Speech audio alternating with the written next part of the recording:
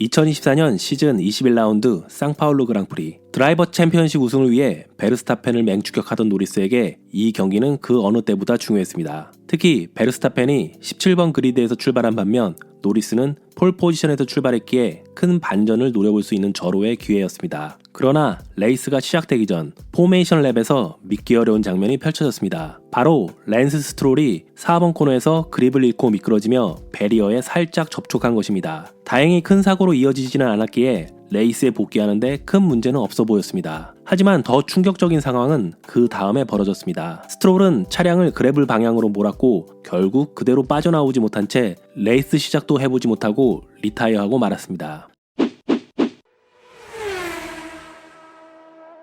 안녕하세요, CK인입니다. F1에서 시트를 차지하기 위해 드라이버들은 치열한 경쟁을 펼칩니다. 뛰어난 실력은 기본이고 상업적인 요소와 정치적인 이해관계까지 복합적으로 얽혀야 비로소 한 자리를 차지할 수 있는데요. 그런데 이런 치열한 경쟁과는 거리가 먼 드라이버가 있습니다. 바로 초초초 다이아몬드 수저 드라이버 랜스 스트롤입니다. 이번 영상에서는 거울을 보지 않는 남자 랜스 스트롤에 대한 이야기를 해보려고 합니다.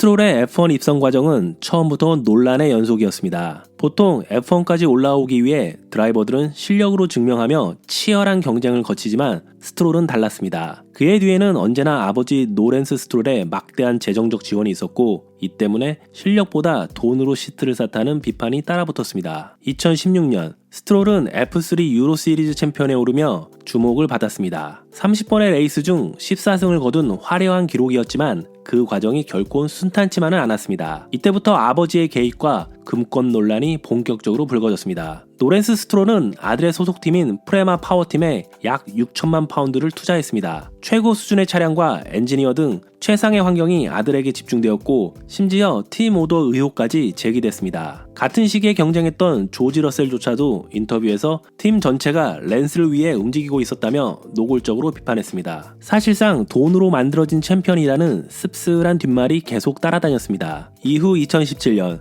스트롤은 F1 윌리엄스 팀과 계약하며 꿈의 무대에 데뷔했습니다. 하지만 이마저도 아버지의 거액 스폰서십이 결정적이었습니다. 이후 아버지의 든든한 지원 덕에 F1에서 자리를 지키고 있지만 돈으로 올라온 드라이버라는 평가와 이를 뒤집을 만한 실력을 보여주지 못한 부진한 퍼포먼스가 현재까지도 그의 커리어를 따라다니고 있습니다.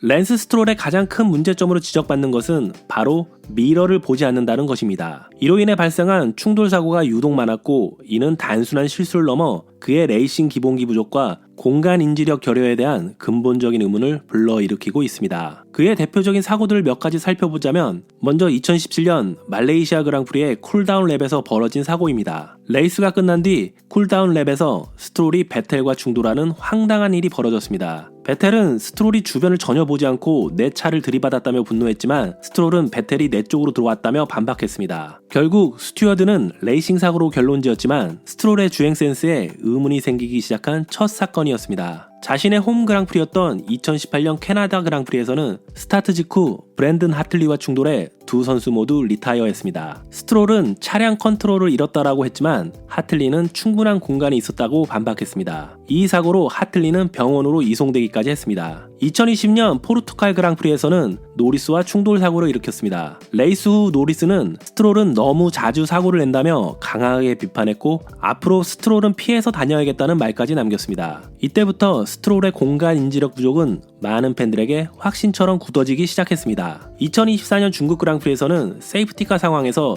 다니엘 리카도를 들이받았습니다. 이로 인하여 리카도는 리타이어했고 스트롤은 10초 페널티를 받았습니다. 그리고 마지막으로 2024년 상파울루 그랑프리에서는 정말 황당한 사고가 일어납니다. 포메이션 랩에서 스핀에 배리어에 살짝 부딪힌 스트롤은 무슨 생각에서인지 그래블 쪽으로 차를 몰았고 그래블에 빠진 그의 차량은 빠져나오지 못하고 결국 레이스 시작도 하지 못한 채 리타이어했습니다. 이상한 상황이었다고 해명했지만 이 장면은 많은 팬들에게 충격을 안겼습니다. 이처럼 스트롤의 사고 패턴은 단순한 초보적인 실수를 넘어 그의 레이스 센스와 시야 확보 능력, 공간 인지력 전반에 결함이 있는 것이 아니냐는 의심을 사기에 충분합니다. 물론 스트롤도 좋은 경기를 펼친 적이 있지만 이런 사고들이 쌓이다 보니 결국 그의 실력을 의심하는 목소리가 사라지지 않고 있습니다. 스트롤의 또 다른 문제는 그의 태도와 열정 부족입니다. 많은 팬들과 전문가들은 그가 F1을 진정으로 즐기고 있는지 의문을 제기합니다. 전 하스팀의 감독인 귄터 슈타이너는 랜스는 항상 행복하지 않아 보인다. 사실 그가 F1 드라이버가 되기를 원했는지도 모르겠다 라고 말했습니다. 레이스 후 인터뷰에서 보이는 무성의한 태도, 예를 들면 그냥 레이스 했어요 라는 기계적인 답변들은 팬들의 실망을 자아냅니다. 여기에 2023년 카타르 그랑프리 퀄리파잉 후에 트레이너를 밀치는 장면이 카메라에 포착되면서 그의 태도 논란은 더욱 커졌습니다. 스트롤의 에스턴 마틴에서의 성적은 많은 아쉬움이 남습니다. 아버지 노렌스 스트롤이 베테랑 드라이버인 베텔과 알론소를 팀메이트로 붙였는데 사실 그동안 배운 게 하나도 없어 보입니다. 지난 두 시즌 팀메이트인 알론소가 2023년 시즌에는 206포인트, 2024년 시즌에는 70포인트를 획득한 반면 스트롤은 2023년 시즌에는 74포인트, 그리고 2024년 시즌에는 24포인트에 그쳤습니다. 이는 같은 차량으로 경쟁하는 두 드라이버의 실력 차이를 여실히 보여주는 결과입니다. 게다가 스트롤의 잦은 사고와 부진한 성적으로 인해 에스턴 마틴의 팀원들은 스트롤의 차량을 복구하느라 매번 과도한 부담을 떠안고 있다는 이야기도 흘러나옵니다. 이들은 매 레이스마다 스트롤의 차를 수리하며 지쳐가고 있고 이러한 분위기는 팀 전체 사기에까지 악영향을 미치고 있다는 지적도 있습니다.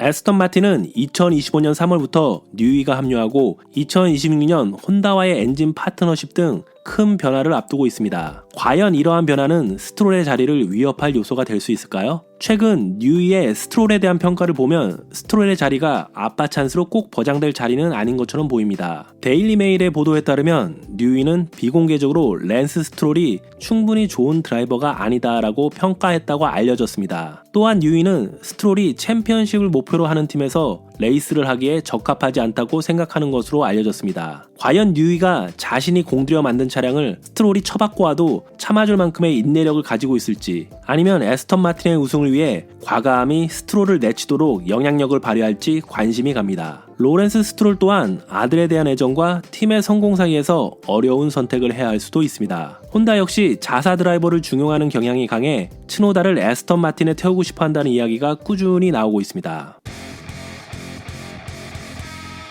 스트롤의 F1 미래는 여전히 안개 속에 가려져 있습니다. 그가 계속해서 F1에 남을 가능성과 결국 떠나게 될 가능성, 둘 다 존재합니다. 아버지 노렌스 스트롤의 강력한 후원과 팀 내부 고위 관계자들의 신뢰와 지지를 생각하면 여전히 F1에 남을 가능성에 무게를 조금 더 둘 수 있습니다. 하지만 뉴이의 성향과 혼다와의 파트너십, 그리고 스트롤 본인의 동기부여 및 열정 저하를 생각해보면 로렌스 스트롤이 팀을 위해서 과감한 결정을 할 가능성도 배제할 수 없습니다. 팬들이 스트롤에게 가장 실망하는 부분은 단순한 성적 부진 때문만은 아닙니다. 사고나 실수를 저지른 뒤에도 책임지는 모습보다는 항상 인터뷰에서 반복적으로 운이 없었다거나 차량에 문제가 있었다는 식의 책임을 회피하는 모습이 비판을 받고 있습니다. 여기에 아버지의 후광으로 자리를 보존하고 있다는 부정적인 이미지가 더해지며 그의 존재 자체가 팀의 공정성과 경쟁력을 흐린다는 시선이 강해지고 있습니다. 이에 많은 전문가들은 에스턴 마틴이 진정한 챔피언십 경쟁팀으로 도약하기 위해서는 언젠가는 스트롤과 결별하는 결단이 불가피할 것이라고 전망합니다. 과연 스트롤과 에스턴 마틴의 동행이 언제까지 지속될까요?